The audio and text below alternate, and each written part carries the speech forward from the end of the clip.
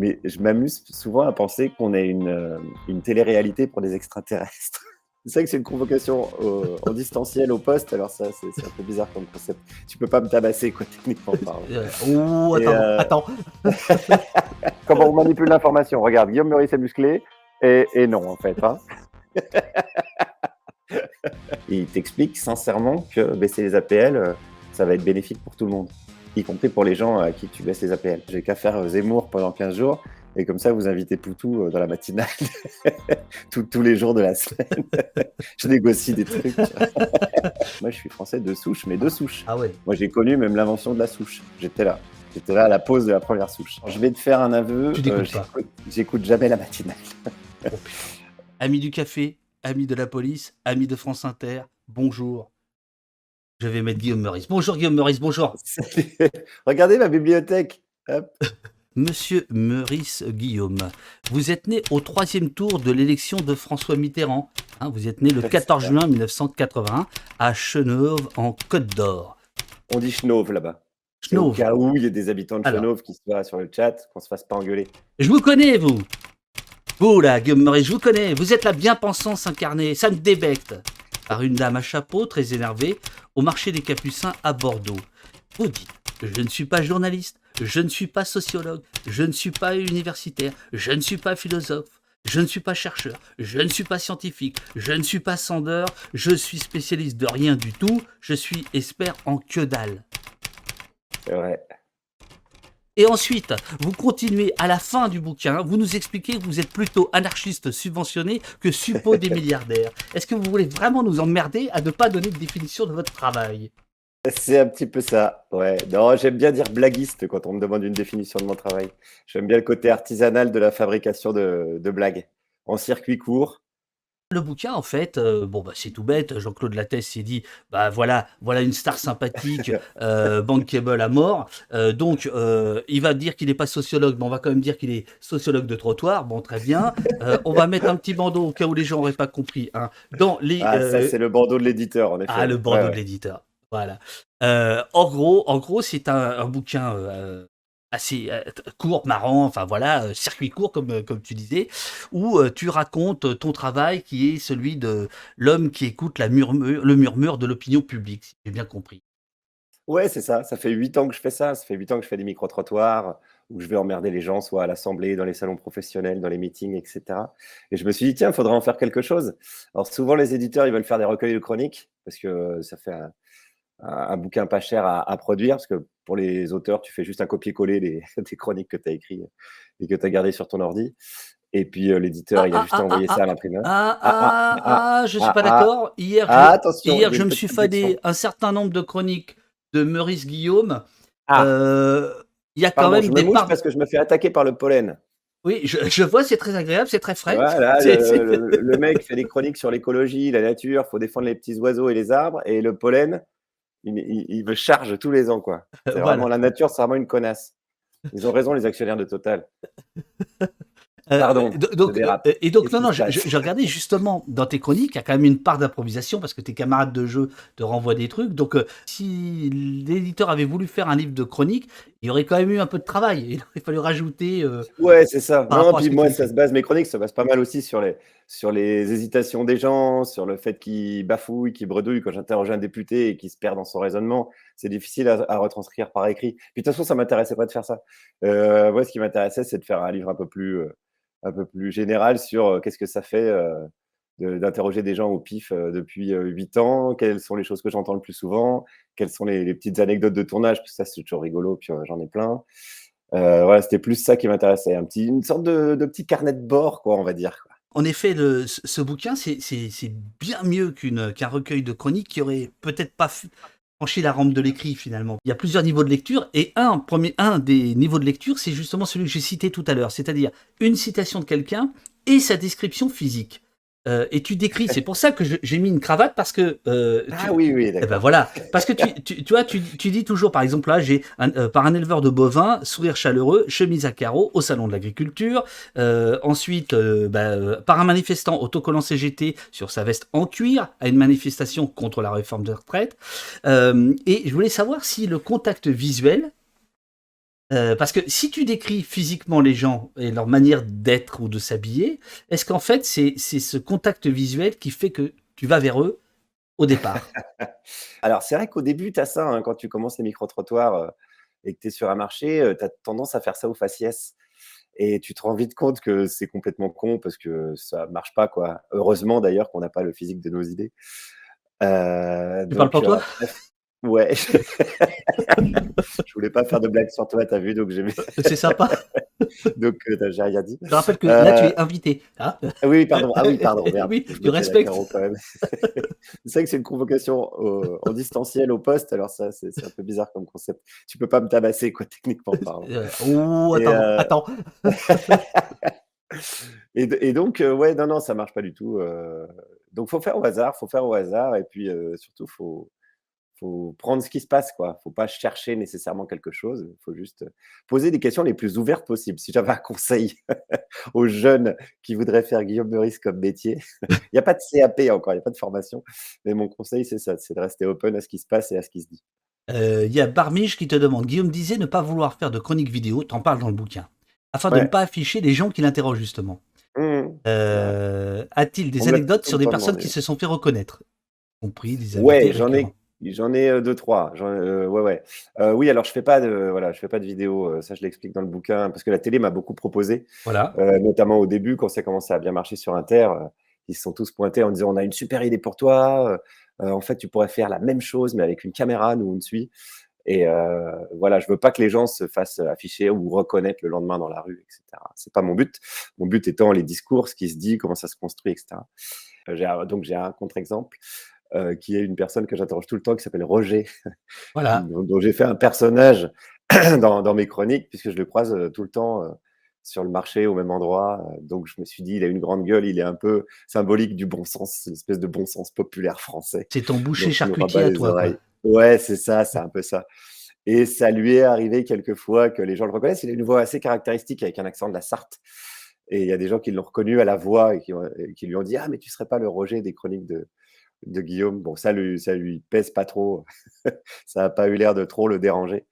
Un truc Assez anonymisant. qui m'a étonné et que je trouve, vraiment très beau de ta part, parce que c'est une forme de loyauté, après j'arrêterai les gentillesses, Ouais. c'est que tu précises dans le livre que, tu arrives toujours micro éteint, que tu expliques aux gens, Oui, ce que tu fais, et ensuite tu allumes le micro. C'est-à-dire tu ne pièges pas ou tu ne prends pas au débeauté non, comme ça. mais Heu, c'est pas tant de la loyauté que le procédé le plus efficace pour obtenir ce que je veux. Aïe, aïe, aïe. Oh la Non, mais vache. c'est-à-dire que j'ai besoin d'un Non mais salut, on arrête. j'ai Là besoin je suis déçu. allez, ah, regarde, il 9h12. est parti. Alors là ça va, on m'a jamais fait ça. Non, Un mais c'est invité juste qui me que moi j'ai déçoit besoin aussi vite, généralement ils mettent 1 heure, tu vois? Mais 12 minutes? non, mais c'était un compliment sympa, je suis loyal par ailleurs. Mais là, j'ai besoin moi d'installer et même avec les députés, tu vois? Même avec les gens de pouvoir, c'est pas seulement avec, n'importe qui dans la rue. J'ai besoin d'installer quelque chose de l'ordre de la discussion. Oui, Donc, je peux pas arriver en sautant sur le rable, de la personne en disant: «Ah, qu'est-ce que vous pensez du prix du lait à Madagascar?» Tu vois? Il faut que je dise: «Bon, ben, voilà, je bosse pour la radio». Alors oui, je fais pas de micro caché, ouais. J'ai un micro France Inter, je dis: «Voilà, je fais tel sujet, si vous avez 2 minutes» et puis des fois ils disent oui, des fois ils disent non mais et après une fois que je dis: «Bon, bah, j'enregistre», clac et là peut s'installer, l'échange. dimanche quand tu es, au Trocadéro, tu as pas besoin de dire qui tu es, les gens te connaissent. Pas tant, hein, on est assez peu écoutés par les fans de Zemmour, hein, bizarrement. Non, pas tant que ça. Oui, oui, j'ai eu droit à quelques insultes, mais vraiment léger. On sentait que ce qu'ils craignaient, c'était plutôt un dérapage. Ouais. Donc les insultes que j'ai eues, qui étaient assez, de loin, assez, diffuses, ont toujours, été suivies d'un: «Non, non, mais laissez-le tranquille, il fait son taf». Tu sentais qu'il y avait des gens de la sécu, partout et qui craignaient vraiment un dérapage, ce qui s'était passé, à Villepinte avec des journalistes, virés, des insultes et cetera. Là, c'était vraiment hyper cadré, quoi. Donc je me suis pas senti en danger du tout, quoi. Et tu étais seul ou pas? Ouais, ouais, moi je fais toujours, tout seul. Bon, de temps en temps, j'emmène, un ou une stagiaire, on a des stagiaires de 3e qui traînent dans le bureau, je les embarque. Mais ouais, ouais, je suis assez solitaire dans le Ah oui, travail, des c'est aussi boucliers pour ça humains? que ouais, de bouclier humain. Ah bah Je fais: bien! «Non, regardez cette petite personne, elle est pas venue pour souffrir». Ouais, ouais, j'aime bien. C'est aussi pour ça que la télé, ça m'aurait fait chier, Ouais. parce que la télé, tu as tout de suite une équipe, quoi. Et moi, ce que j'aime bien, c'est, tu vois, j'ai un tout petit, bah là, je l'ai pas là, il est au fond, là. Mais j'ai un tout petit Nagra, tu vois, comme ça, petit micro France Inter classique. Et si je veux m'arrêter boire un café 10 minutes, je m'arrête. Si je veux poursuivre la conversation en off avec quelqu'un, je le fais. J'aime bien la liberté que ça procure d'être tout seul et d'être peinard. À propos de la télé, tu évoques le cauchemar Canal+, hein, grosso modo, on peut dire comme ça s'est quand même assez mal Ouais, passé c'est avec pas eux. Enfin, un c'est pas un cauchemar. cauchemar, mais c'est ouais, c'est une bonne expérience de ce qu'on peut faire et ce qu'on peut pas faire à la télé, ouais. Tu veux que Voilà. je le raconte? Oui, vas-y, vas-y, vas-y, puisque tu Ouais, m'as dit ouais, que tu bah, avais du pour temps. résumer ouais, carrément. Bah, pour résumer, c'était en 2014, c'est mon pote Pierre-Emmanuel Barré qui faisait des chroniques dans la Nouvelle Édition à Canal et je crois qu'il arrêtait de les faire les vendredis parce qu'il pouvait plus et il cherchait un remplaçant et il m'avait proposé, donc j'avais dit oui, j'en avais fait une, donc je faisais une revue de presse en images, j'en avais fait une fin 2014 pour tester, il m'avait dit: «C'est bon, on te prend pour toute la fin de la saison» et puis début 2015, arrivent les attentats de Charlie. Donc moi, c'était pile le jour où je devais être à l'antenne, donc bon, ils font sauter ma chronique, c'est normal et la semaine Hmm. d'après, j'arrive avec une chronique, donc revue de presse en images où je voulais terminer par un dessin de Charles et le dessin, c'était juste, il avait dessiné un cul et il y a un petit bonhomme qui disait: «Et le cul de Mahomet, on a le droit». Et là, donc c'était pas Canal directement, c'est la boîte de prod qui m'envoie un texto en disant: «Non, ça va pas être possible de diffuser ça à l'antenne». Bah, je dis: «Putain, mais ça fait une semaine que vous parlez de liberté d'expression, les gars, il y a des logos, je suis Charlie qui clignotent de partout et là, vous êtes en train de m'expliquer qu'un dessin de Charles, tu vois, le mec, il était même pas enterré, enfin, tout était indécent, tout était dégueulasse». Donc je leur ai dit: «Bah, je ferai pas de enfin, c'est pas négociable, en fait, de quoi vous parlez, quoi?» Et ils l'ont pris mal. Après, je l'ai j'ai mis sur Facebook qu'en raison de foutage de gueule, j'aurais pas de chronique cette semaine dans la nouvelle édition. Ils ont mal pris que j'explique le truc. Et voilà. Et je me suis tiré au final. Donc c'était pas, c'était assez court mon expérience de télé. De télé. Alors, Assez court, mais assez symptomatique de ce qu'on peut faire à la radio et ce qu'on peut pas faire à la télé, de la frilosité de ce milieu médiatique, quoi, ouais, bien qui sûr. te dit je suis Charlie, allez-y les humoristes, vous êtes les héros, et puis qui flippe dès que tu fais un demi-truc qui fait un petit pas de côté, quoi. Ouais, ouais, ouais. Il y a un truc qui court tout le long de ton livre, dont il ne fait aucun doute, vu les mauvais jeux de mots que c'est toi qui l'as écrit, qui sont absolument partout. Alors parfois c'est en note de bas de page, parfois c'est au milieu de la page. Enfin, monsieur est fantaisiste. Et donc, il y a un truc que j'ai particulièrement apprécié, c'est ton goût pour les mots.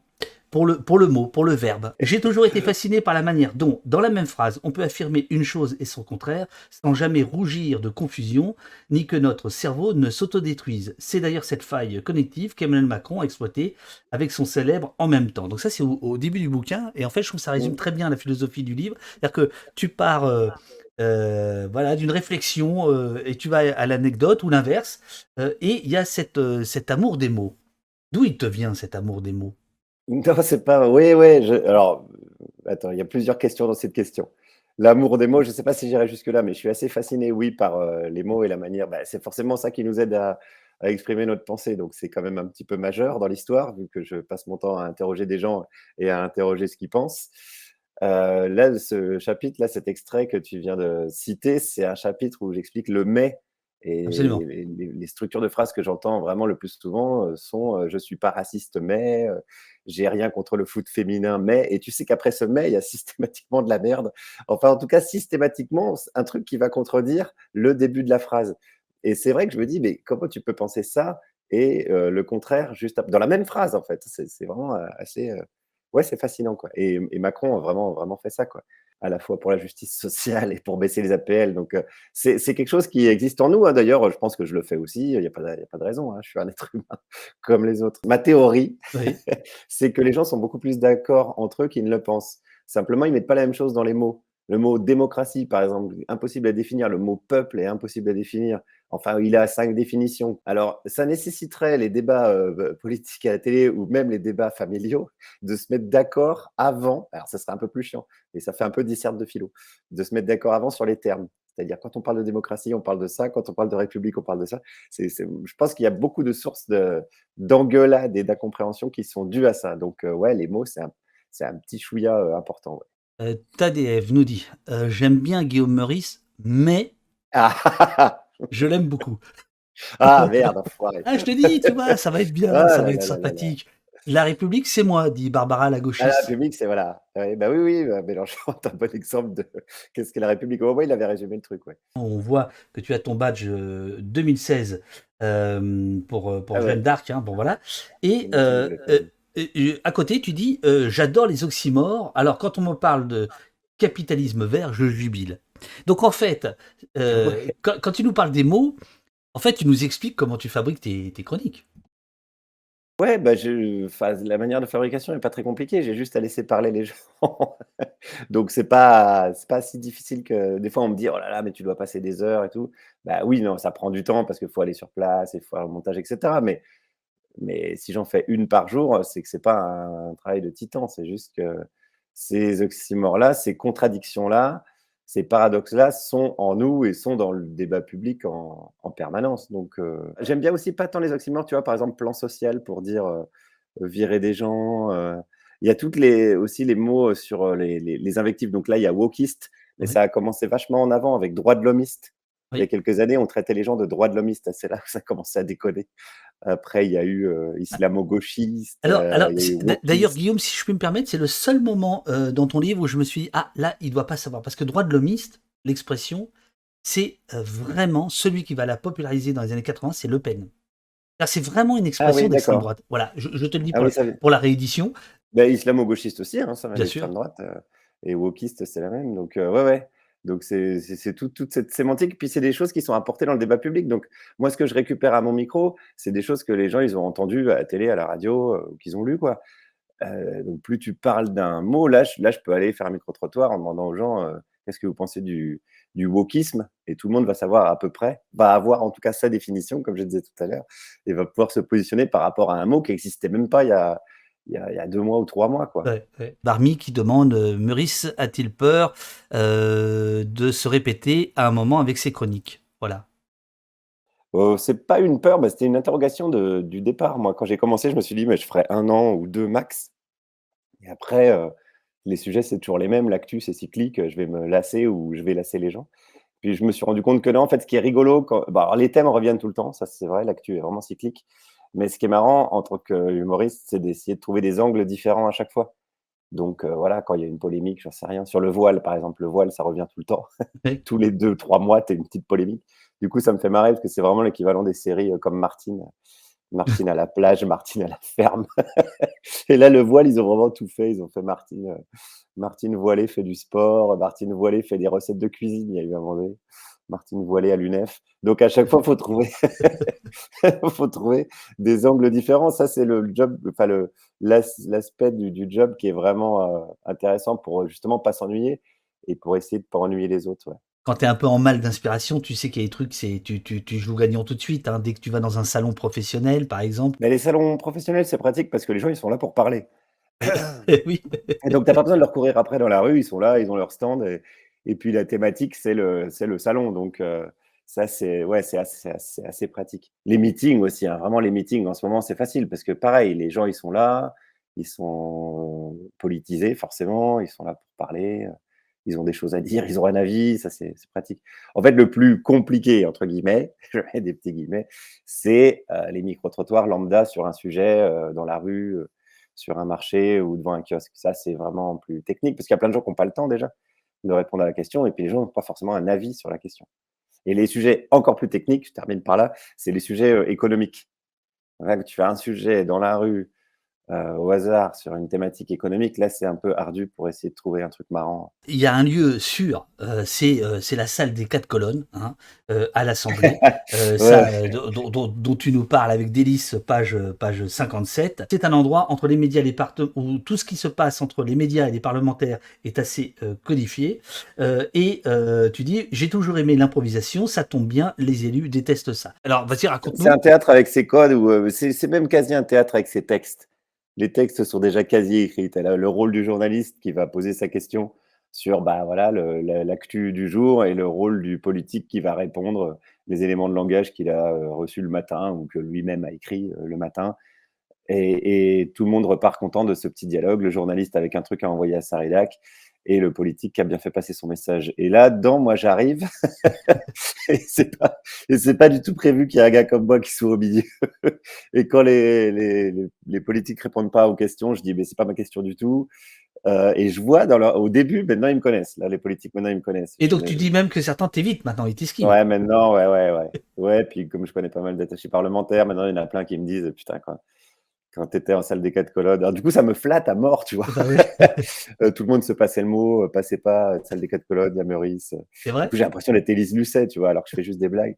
C'est assez flatteur pour le coup. Et ouais, et j'adore voir, pas la panique, mais en tout cas l'incompréhension. Et j'ai même, je crois que je raconte dans le bouquin, ou je sais plus si je raconte, mais Menucci m'avait dit, mais pourquoi vous m'interrompez? Et je dis, bah, parce que vous répondez pas à la question, en fait. Si vous voulez m'interrompre, invitez-moi à la matinale d'Inter. Là, c'est ça. Là, le jeu, c'est d'interrompre le politique. Mais là, non, c'est pas le jeu. Genre, il m'avait expliqué les règles du jeu de la salle des 4 colonnes. Sauf que moi, j'en ai rien à foutre. S'il répond pas à ma question, il répond pas à ma question. Voilà, mais Et là, ça, c'est assez jouissif d'improviser dans une pièce de théâtre qui est rodée, archi rodée depuis des années. Alors, salle des 4 colonnes, donc il faut expliquer aux gens s'ils savent pas, mais c'est là où la presse a le droit d'interroger les députés. Et voilà. c'est pas un endroit où tu passes pour Oui, il y aller a d'un donc endroit à 4 un autre colonnes, quand t'es hein. député. Ça, c'est bien Ouais, il y a fait. 4 colonnes, Il y a 4 colonnes, d'où donc le voilà. nom. L'hémicycle est ici, et les députés, s'ils Ouais, veulent se faire interviewer, ils sortent par là. Et là, il voilà. y a des journalistes qui les attendent. Voilà. Mais ils peuvent esquiver, quoi. Ah, Ils peuvent ils esquiver. peuvent C'est pas partir, le seul chemin. bien Donc sûr. s'ils sont là, c'est que quelque part, ils ont quand même. Et par exemple, tu as un mec comme Nicolas Dupont-Aignan, il est tout le temps là à traîner, alors qu'il n'y a pas de machine à café, tu sais, il n'y a rien à faire. Il est là avec son téléphone, ouais, j'envoie des petits mails. Alors que... Ah, Et alors, c'est marrant, il y a une un côté un réaction. peu touchant, limite, tu vois. Il C'est y a un brave. côté, bon, bah allez, je vais aller l'interroger, tu vois, je vais aller lui poser une Un petite petit mot, question, s'il vous même si plaît. je garde pas. Il y a plusieurs questions dans le chat. Pourquoi les vrais gens au féminin et non pas au masculin? Ah, c'est l'orthographe, ça, je suis désolé, c'est la langue française. Voilà. Quand vrai est placé avant le nom, c'est ouais. Les bonnes gens, on dit pas les bons gens. Oh, Euh, puis il y a un petit côté, on dirait que c'est de l'écriture inclusive, donc ça me plaît. ah, Mais c'est pas le cas du tout, c'est juste la vraie orthographe. tu réfléchis à cette question-là de qu'est-ce que ça signifie d'être fier d'être français? Et au fond, est-ce que c'est pas tout ton travail de réfléchir à ce que c'est que la France? Bah, ça fait partie des mots, qu'on saurait mal définir, et donc j'ai fait, ouais, quelques chroniques sur qu'est-ce que c'est pour vous être français? C'est indéfinissable, mais ça m'intéresse vraiment beaucoup. Au-delà du mot, c'est la manière dont notre société est basée sur des fables. Et ça plairait pas bien aux nationalistes que je dise ça, mais la France, c'est une fable, c'est une frontière dans la nature, ça n'existe pas, quoi. Il faut une fiction à laquelle on adhère, et qui fasse ce peuple, quoi. Donc tout ça est facilement démontable puisque c'est absurde, puisque ça n'existe pas, ça n'a aucun lien avec un quelconque réel. Donc qu'est-ce que la France? Bah, on ne sait pas. Est-ce que c'est parler français? Bah, du coup, non. Est-ce que c'est payer ses impôts en France? Ben non. Heu, est-ce que c'est habiter en France? Non plus. De Donc voilà. Donc ça va vite dériver vers c'est un ensemble de valeurs communes, et tout ça, liberté, égalité, fraternité, tout ça, c'est des fables. Et notre société, elle est basée là-dessus. Alors avant, c'était la religion qui avait la prédominance. Aujourd'hui, c'est plus, on va dire, un système économique. Mais même le système économique est basé sur, une fable. L'argent, ça n'a pas de c'est pas tangible dans le réel, c'est juste quelqu'un qui fait confiance à un autre en disant, «Ce petit bout de papier-là, il va me permettre d'acheter telle quantité de je sais pas quoi, et pour toi, c'est pareil». Enfin, tout ça est absurde. Moi, j'ai tendance à penser, je pense que j'écrirai un bouquin là-dessus un jour, mais je m'amuse souvent à penser qu'on est une télé-réalité pour des extraterrestres et qui nous regardent et qui font: «Oh les cons, regarde ça». Red Bull te demande est-ce que Louis de Funès te fait rire? Puisqu'on parle de France. Ah oui, bah, je suis français. Alors attends, parce que ça, c'est marrant, c'est une bonne question qui m'amène à un autre truc. C'est que j'ai la chance de m'appeler Guillaume Meurice. Donc moi, je suis français de souche, mais de Ah, souche. ah ouais. Moi, j'ai connu même l'invention de la souche. J'étais là. J'étais là à la pose de la première souche. Donc quand tu as un mec qui s'appelle Jordan Bardella ou Éric Ciotti qui vient m'expliquer ce que c'est que d'être français et qui me dit: «Bah, c'est quand même les Français de souche qui doivent décider de qui est dans ce pays». Je dis: «Mais moi, je m'appelle Meurice, en fait, donc si je suis votre logique, c'est moi qui décide». Et si c'est moi qui décide, bah, on va prendre les Érythréens et on va virer les Ciotti. Et il veut plus me parler. Il est gentil, hein, il dit: «Oh non, monsieur Meurice, non, non, je vous parle plus». Gilles Perm, je reconnais la qualité du travail de Guillaume Meurice. Cependant, je Oh. ressens la même gêne que devant Striptease, l'émission. C'est-à-dire de faire passer les gens de la rue, entre guillemets, et par extension les classes populaires, pour des blaireaux incohérents et stupides. Ah bah, ça, c'est du vrai racisme social. Non, pardon. Non, mais dans le sens où c'est pas du tout. Comment il peut savoir que j'interroge les classes populaires? le fait qu'ils puissent penser que les gens qui disent des conneries ne sont que les classes populaires est un petit peu problématique. Comment il s'appelle, notre ami? Alors, il a un nom difficile. Gulge, Bon, bref, il est pas, Murch. il est pas d'ici. Là, ce qui m'intéresse, c'est vraiment ce qu'ils disent, ce que les gens ils disent. Et alors, c'est marrant parce que j'ai ces deux trucs-là. On me dit parfois ça et on me dit parfois: «Ah, mais c'est facile, tu vas interroger que les bourgeois». Alors, bah, déjà, mettez-vous d'accord déjà avant. Si je veux résumer, je dirais, petite formule marketing, que je vais chercher la connerie qu'il y a en chacun de nous. Ouais, Oh! Ça, c'est tu bossé ça, hein. Ça, c'est les éléments de langage c'est bossés. bossé, mais ici, c'est pas du tout à propos. Ah merde. Ici, il y a jamais de conneries.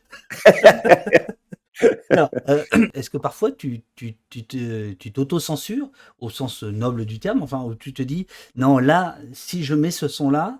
Ouais, ouais, ça m'arrive, ouais, ouais, ouais. Par exemple, beaucoup sur les fautes, de français ou de syntaxe ou des choses comme ça. Bon, ça peut tous nous arriver, d'ailleurs, il y a des gens, ils savent pas que les vrais gens, ça s'écrit, vrai au féminin. Ah, tu mal barré toi. Alors, Mais oui, oui, bien sûr, rends bien l'argent, évidemment. rends Je raconte même l'argent, une anecdote. rends Oui? l'argent, Meurice. Moi, je fais que des trucs que je pense être capable d'assumer derrière et j'aurais pas assumé faire, une chronique sur les flics le jour où il y en a, je sais plus combien qui se font dessouder au couteau. Donc ouais, ouais, c'est pas de c'est de l'autocensure si tu veux, mais c'est des choix, éditoriaux, on va dire, que tu fais. Oui, Des choix, quoi. bien sûr, oui, oui. Non, mais il y a pas de oui, oui, il y a pas de alors bon, rends l'argent. Dans un rassemblement «patriote» entre guillemets, un identitaire est venu interrompre l'interview que je faisais d'un militant pour brailler dans mon micro: «Tu es payé combien pour faire ta pute à France Inter?» Et donc ça, c'est quelque chose qui revient assez souvent. Et là, tu racontes, Oui, oui. par exemple, que si les gens veulent se faire rembourser, tu leur proposes un truc, ça m'a beaucoup fait rire. Je dis aux gens: «Beh, si vous êtes pas d'accord avec moi, je comprends que ça doit être chiant de payer pour un gars comme moi, donc je vous rembourse, ce que je vous coûte en redevance». Donc j'ai fait mon petit calcul. Alors je leur dis, évidemment, il faut m'envoyer une enveloppe timbrée pour que je vous envoie le chèque, mais le timbre coûte plus cher que ce que je leur coûte et donc j'ai jamais eu. Mais à chaque fois, j'ai dit: «Mais vraiment, je le fais vraiment, quoi. Envoie-moi une enveloppe timbrée et je te rembourse». Tu as du plaisir à répondre. Alors Ouais, là, c'est vrai que j'aime bien. je sais pas comment tu fais, aux gens qui te détestent et qui t'écrivent quand même, massivement et régulièrement. Tu dis que tu prends un certain plaisir à leur répondre. Non, mais c'est vrai, ouais. C'est même pas de la perversion. Non, c'est une passion, tu écris. Ouais, «J'ai une ouais, passion vraiment, dans la j'aime vie, bien. répondre aux mails insultants et aux messages de haters». Mais parce que ça m'intéresse. Ça m'intéresse de savoir parce que moi, les gens que j'aime pas, enfin, je pense que j'ai de la haine contre personne, mais même les gens que j'aime pas, je vais pas leur écrire pour leur dire que je les aime pas. J'ai autre chose à faire et ça m'intéresse quand même que la personne fasse un pas vers moi, même si c'est pour m'insulter. J'ai envie de savoir, tiens, mais alors pourquoi, OK, fils de pute, bon d'accord, si tu veux, admettons. Donc je réponds toujours une petite pirouette à base de, je sais pas, tu connais mieux ma mère que moi ou un truc comme ça. Et après, je leur dis: «Mais, pourquoi tu as pris ce temps-là et avec quoi tu es pas d'accord?» Et ça pèse systématiquement. Au bout de déjà, quand tu réponds, les gens ils disent: «Ah bah, déjà merci d'avoir répondu, c'est quand même sympa». J'ai la chance, j'ai Mais l'impression de pas trop avoir besoin d'une sorte de validation sociale ou je fais pas trop ça pour être aimé, donc ça me dérange pas qu'on me déteste. Par contre, ça m'interroge. Je me dis: «Mais est-ce que tu as vraiment du temps dans ta vie pour me détester, quoi?» Un petit humoriste à la con, que tu as entendu à la radio. Alors voilà, et j'aime bien qu'on soit d'accord sur nos désaccords. mais est-ce que là, il y a pas un peu de mensonge avec toi-même? Parce que tu n'es pas qu'un petit humoriste à la con, tu le sais bien. Ah si, Tu franchement si. Non, non, bon, c'est pas de la fausse modestie, on est que non, tu enfin, es pas j'ai bon, humoriste. mais oui, c'est ça. Ça a jamais été J'ai drôle. pas Attends, quoi. j'ai des gens qui me disent ça, ça me fait marrer aussi. Il y a des gens qui disent: «Ouais, mais de toute façon, tu es pas drôle» et c'est marrant comme insulte parce que donc je leur réponds toujours: «Mais moi, je sais, moi, je me trouve pas drôle du tout, mais les gens, quand je fais des blagues, ils rigolent. Alors, est-ce que tu penses qu'ils se foutent de ma gueule? Qu'est-ce que tu me conseilles? Est-ce que je devrais démissionner?» Alors ils savent pas trop quoi répondre, à chaque fois, ils sont un peu emmerdés. Tachidélec te demande: «Est-ce que Guillaume a remarqué une banalisation des propos racistes ou d'extrême droite au cours de ces 8 années de chronique? Est-ce que dans la rue, la parole se libère?» Mmh, je saurais pas dire, si je veux être tout à fait honnête. Je saurais pas dire, 8 ans, c'est peu. En fait, j'ai grandi dans une maison de la presse, dans un tout petit bled qui s'appelle Jussey, en Haute-Saône, donc c'est vraiment perdu, perdu dans la campagne et mon père adore les débats politiques, les débats d'idées et tout, donc ça venait de discuter tout le temps dans le magasin. Moi, j'ai grandi là-dedans, quoi et j'entendais déjà des trucs, racistes, bêtes, donc je sais pas, je saurais pas dire si ça a évolué. Ah, j'aurais tendance à dire que oui, mais j'ai l'impression que tout le monde dit ça sans vraiment avoir je sais pas. Je ne sais pas du tout. Est-ce qu'on peut parler de mimétisme entre les racistes? Te demande Grand Silence. Souvent, bah, de toute façon, souvent, c'est de la peur, hein, on va pas se mentir, hein. Quand on te dit, H24, dans les médias, le danger, c'est le musulman, bah, tu as peur du musulman, quoi. Si tu es gavé de ces news, oui, tu vas plutôt avoir tendance à penser que si, tu as du mal, à payer ton loyer, c'est la stratégie qui est employée depuis le début, la stratégie du bouc émissaire, c'est pas moi qui l'ai inventé, mais Non, bien sûr. Ouais. ça fonctionne. En fait, pour résumer, je vais un peu répondre un peu aller au-delà de la question, mais un système de domination, en tout cas celui, qui est à l'œuvre en ce moment, il a 2 manières de se maintenir. Il a la manière, identitaire, c'est-à-dire, pour que les riches conservent leurs privilèges, on va dire, pour résumer vite fait. Il faut que les pauvres pensent que c'est pas de leur faute. Donc, soit c'est de la faute, des étrangers, donc soit c'est la droite identitaire, ça c'est les noirs, les arabes, les gens qui viennent voler votre travail. C'est pour ça que vous êtes pauvres, c'est pour ça que vous êtes dans la merde, c'est à cause d'eux et c'est pas à cause de nous. Et le deuxième truc, c'est la droite macroniste qui va te dire, si vous êtes pauvre, c'est de votre faute à vous. C'est parce que nous, l'argent, on l'a mérité et c'est à vous de vous lever le cul et de travailler. Et c'est les 2 leviers, qu'utilise ce système de domination pour se maintenir. Donc c'est les 2 choses que j'entends moi dans la rue, parce que c'est le discours qui est véhiculé en permanence dans les médias qui appartiennent, comme par hasard, à des gens qui maintiennent ce système de domination. Donc on va me dire dans la rue, travailler c'est facile, faut se lever le cul le matin, et cetera, et cetera. Ou alors, et des fois les 2 en même temps, les étrangers, sont la cause de tous nos problèmes. Voilà.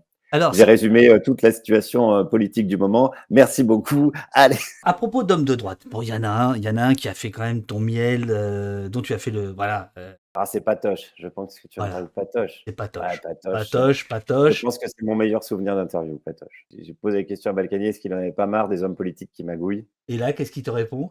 Ah, il m'a dit: «Ah oui, vous savez, c'est un petit peu pénible de voir ça».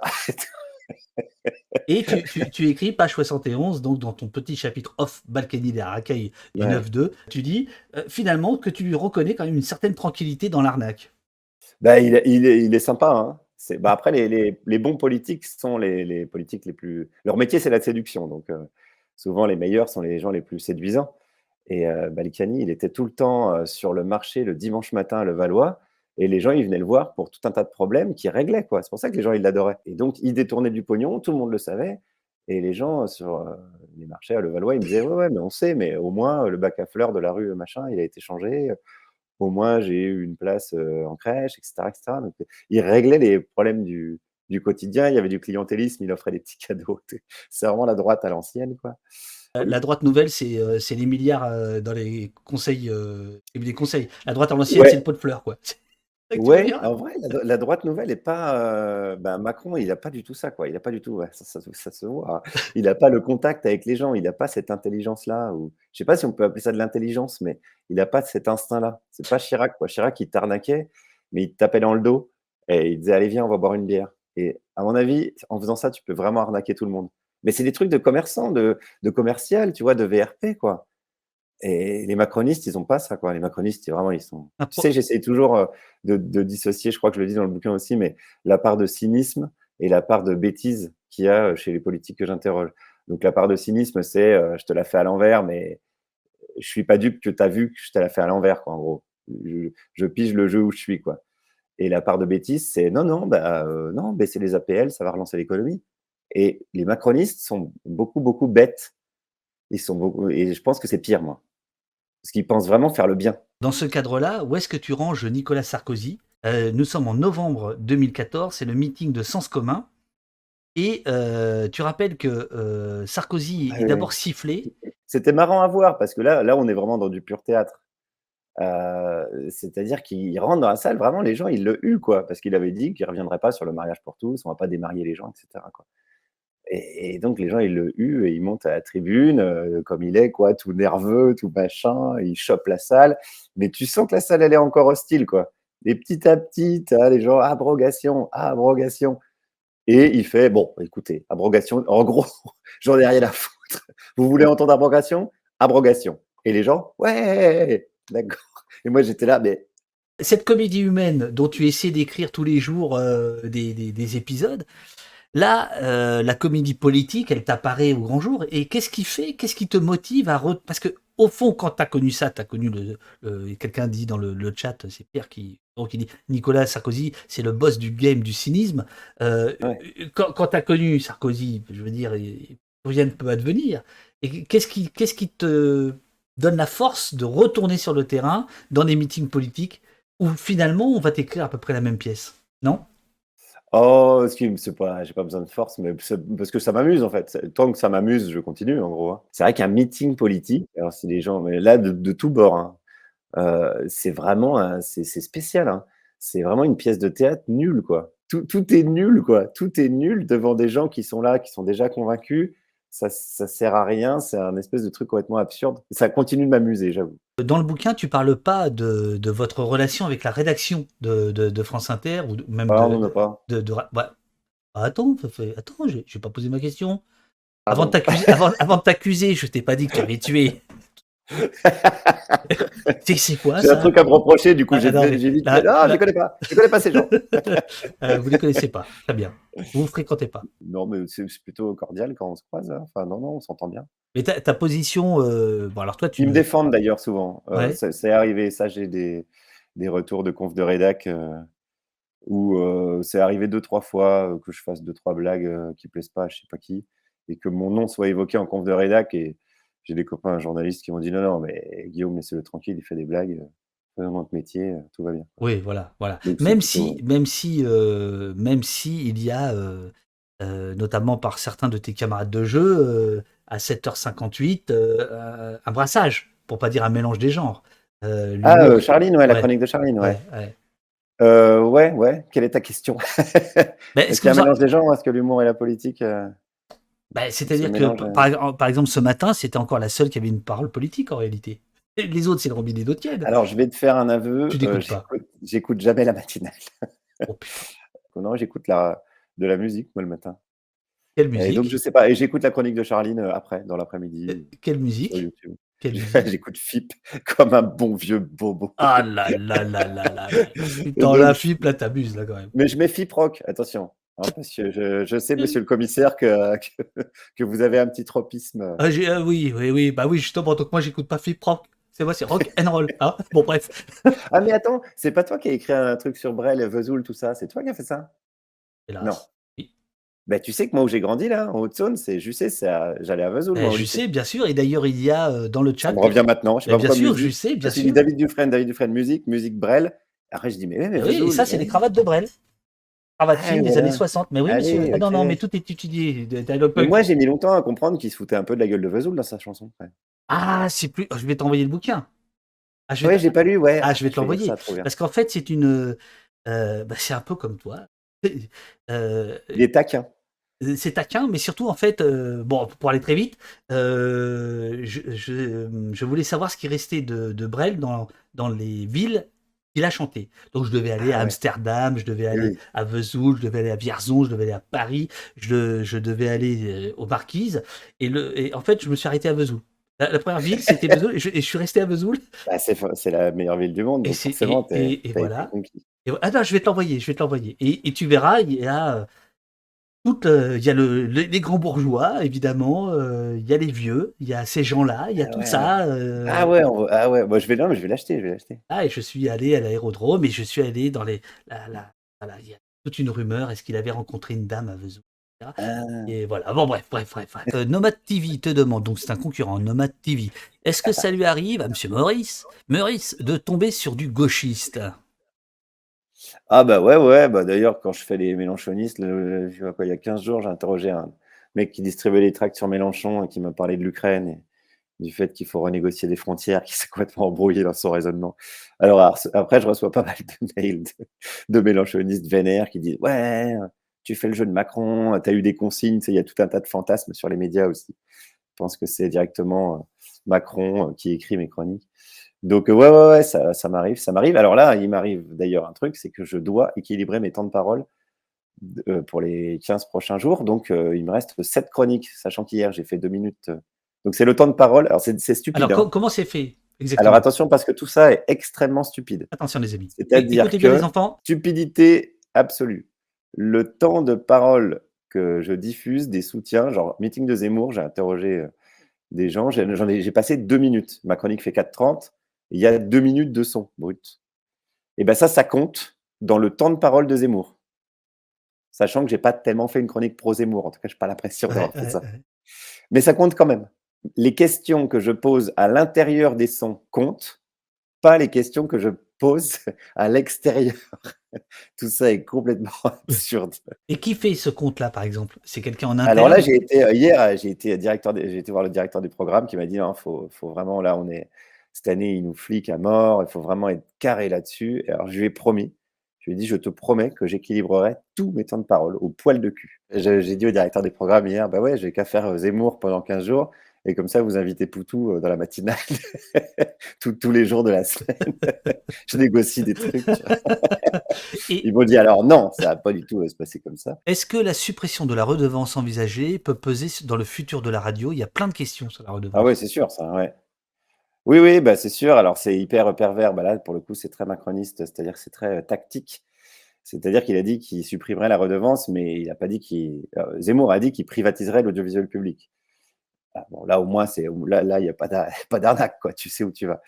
Macron, c'est plus fourbe, c'est-à-dire qu'il dit je supprime la redevance, mais je continue à financer l'audiovisuel public. Mais le fait d'avoir une redevance, c'est-à-dire d'avoir une somme allouée tous les ans, on connaît le montant, la somme allouée à l'audiovisuel public, c'est pas la même chose que de diluer cette somme dans Eh oui, bien sûr. voilà, dans tous les autres. Quand tu la dilues, en fait, ça permet vachement plus facilement de réduire les budgets, de dire ah ben non, cette année on va moins donner à l'audiovisuel public, et puis petit à petit de faire crever comme ils font à chaque fois. Enfin, toutes les politiques libérales sont basées là-dessus, hein, c'est pas moi qui l'ai inventé. On fait pour faire crever un système public, je crois que c'est pas Chomsky qui disait ça. Tu le fais dysfonctionner, puis après tu dis ah bah regardez ça marche pas, faut le vendre au privé, et puis voilà. Est-ce qu'il y a des gens où après les avoir écoutés, tu as changé d'avis sur un thème, sur un sujet? Ah, c'est une bonne question. Il serait temps. Ça fait 1h15 qu'on Ah, a. enfin une bonne question. Je savais que ça allait arriver. C'est pour ça que je suis resté jusqu'au bout. Je me suis dit à un moment donné, À un moment donné, ça va décoller. Attention, et il va poser une bonne question sans faire exprès. Oui, enfin, alors comment dire? J'ai pas de souvenir vraiment de ah tiens, cette personne a raison, je change Bien d'avis. sûr, Mais oui, par oui. contre, j'ai déjà changé. Par exemple, je suis devenu végétarien clairement en faisant des chroniques Alors ça, tu le racontes. Tu le sur le racontes dans bien-être le animal. Et livre. puis au bout d'un moment, les gens ils me disaient bah ouais, mais t'es bien sympa, mais tu manges de la viande, donc c'est un peu complètement con ton discours. Et je me disais ah ouais, je crois qu'ils ont raison. Et puis voilà, j'ai changé quoi. Donc ouais, ça m'a fait changer quand même. Mais j'ai pas pour répondre précisément à la question, j'ai pas d'exemple de personne qui m'ait dit quelque chose et où je me sois dit ah oui, ok, je me suis trompé là-dessus. Il y a Scatin qui te demande comment rester neutre. Alors, est-ce que tu restes neutre d'ailleurs? Non, voyons, t'es pas objectif du tout. Oui, merci, c'est mon métier. En fait, je me vois pas mal comme un caricaturiste, moi. J'aime beaucoup les caricaturistes, j'aime beaucoup les dessinateurs de presse. Je suis assez fasciné par leur travail. J'ai grandi avec les Guignols de l'info, par exemple, en regardant les Guignols de l'info tous les soirs et tout. Et je me vois pas mal comme ça, c'est-à-dire grossir le trait, c'est quelque chose qui me plaît. Donc évidemment, je suis pas objectif du tout. Mon but, c'est de donner mon avis en faisant des blagounettes. Je trouve que l'humour, c'est une manière assez élégante de donner son avis, moi. Tu vois, au meeting de Zemmour, j'ai quelques personnes, alors il n'y en a pas 50, quelques fans de Zemmour qui m'ont dit ah on t'écoute quand même parce que ça nous fait marrer. J'ai dit putain, le répétez pas ça parce que je vais perdre mon boulot. Alors d'abord, je vais répondre à une question. Faut-il acheter son livre si l'on adore ses chroniques?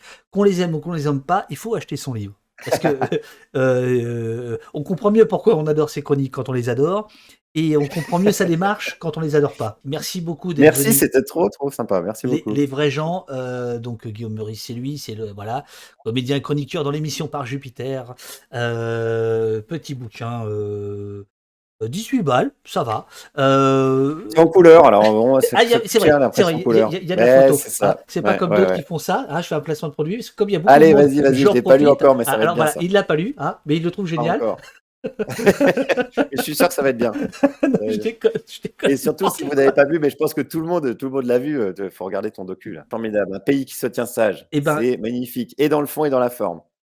À bientôt Guillaume, merci infiniment et bravo pour le bouquin et pour tout le reste. Merci à toi. Et tiens bon. Merci. Allez, ciao.